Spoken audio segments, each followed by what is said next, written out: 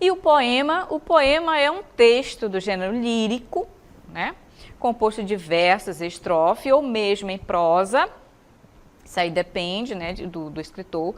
Geralmente vem carregado de poesia, que eu acabei de explicar para vocês, mas também temos aqueles poemas que não têm musicalidade, ou seja, os poemas com rimas e com versos brancos, ou seja, não tem rimas nesses versos, né? Então isso também é possível. Mas e aí, o poema não vai ter sentido? Não vai ter significado? É claro que ele vai ter. Por quê? Porque ele vai ter outros elementos, né, que vão provocar algum sentimento, né, que é justamente o uso das palavras, das metáforas, né, a organização das palavras, a combinação dessas palavras com o significado que elas possuem. E aí, é claro, elas vão provocar, sim, alguma coisa, tá bom? E agora a gente vai ver o exemplo de um poema em que eu vou mostrar para vocês a estrutura, né?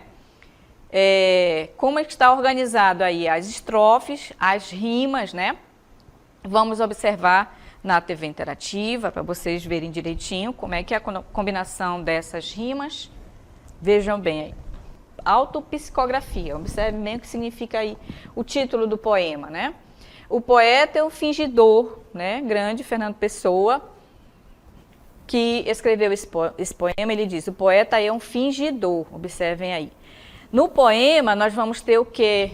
Um dos elementos importantes aí é o eu lírico, a pessoa que fala no poema, né? Então, ele diz que o poeta é um fingidor. Finge tão completamente que chega a fingir que é dor, a dor que deveras sente. Então, observe que aí ele tá afirmando, né, que o poeta consegue fingir essa dor e, ao mesmo tempo, que ele pode sentir, sim, essa dor, né? E aí você observa o seguinte, que nós temos aí as rimas, elas estão alternadas.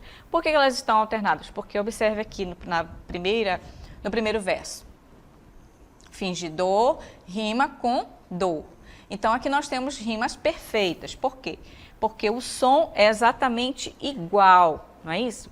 Dor, dor, ok? Só que aqui, ó, a gente vai perceber que as rimas elas estão alternadas, ó, uma em cima no início ou lá no meio, né? E agora, finge tão completamente, ente, ó, sente rima com ente, é a mesma sonorização. São as mesmas palavras, não é isso? Então, observe que nós estamos do meio para o final da estrofe, né? Então, nós chamamos isso de rimas alternadas. E elas são rimas ricas, por quê? Porque elas são perfeitas, né? A sonoridade é exatamente igual, a combinação é exatamente igual, tá? Então, aqui eu tenho a primeira estrofe que contém 4 versos, então a gente chama de quarteto, porque possui 4 versos, tá? E a gente vai ter novamente mais uma estrofe com 4 versos, né? Tá aqui, cada linhazinha aqui é um verso, tá? Então vamos ver a rima, como é que estão organizando as rimas. E os que leem o que escreve, na dor lida sentem bem, não as duas que ele teve, mas só a que eles não têm. Então, note que aqui, ó, ele fala, a palavra escreve, rima com teve. Aqui teve um pouquinho de mudança, né? Porque escreve, o som mais aberto, e teve um som mais fechado. Mas a escrita está igual, não é verdade? Então, aqui nós temos, ó, mais uma vez, rimas alternadas. Uma no início e a outra no meio da estrofe. Na dor lida sentem bem, mas só que eles não têm. Observe aqui no finalzinho, nós temos em e em, o som é exatamente igual, tá? Então, nós continuamos tendo rimas ricas. Por quê? Porque elas são perfeitas. E, novamente, alternadas, por quê? Vai do meio para o final da estrofe, ok? Temos mais uma aqui no final do poema. E assim, nas calhas de roda, gira a entreter a razão, esse comboio de corda que se chama coração. Então, vejam bem, aqui, ó, roda, rima com horda. Então, observe que aqui eu não vou mais ter uma rima rica. Ela já vai ser uma rima pobre, né? Por quê? Porque aqui, olha, ela destoa um pouquinho aqui, né? Nessa combinação aqui da vogal com a consoante.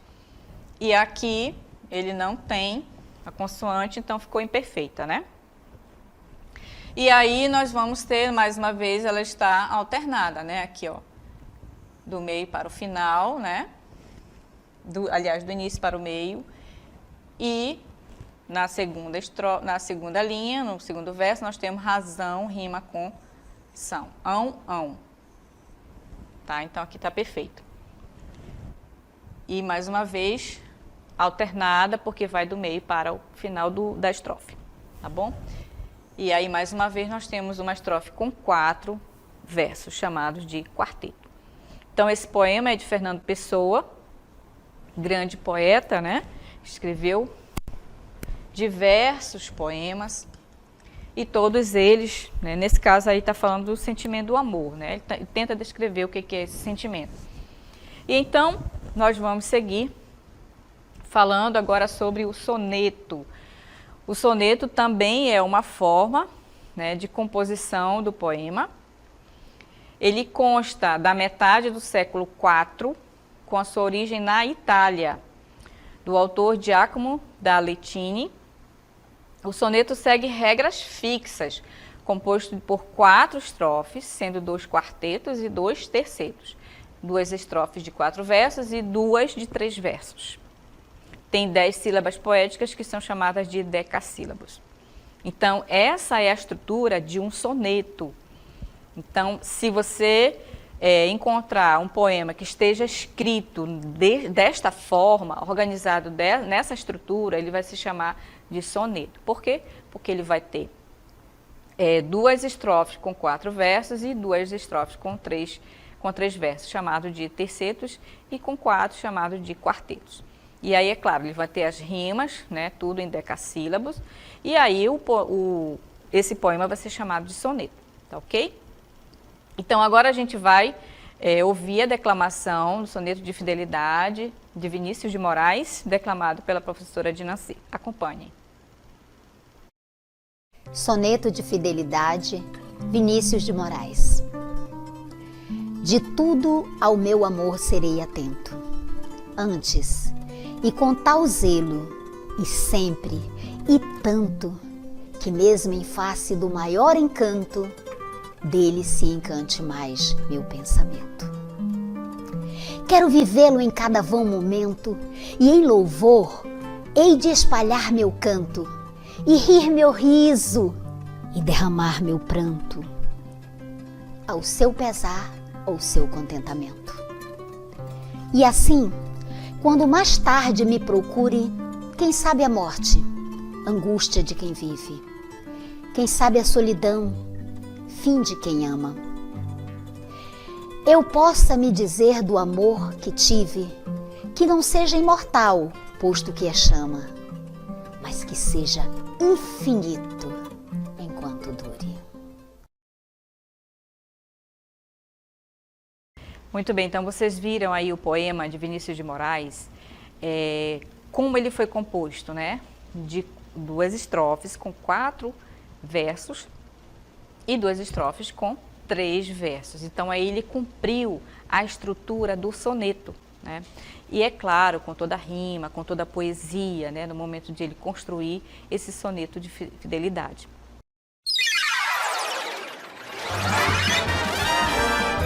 A sua aula continua no próximo vídeo.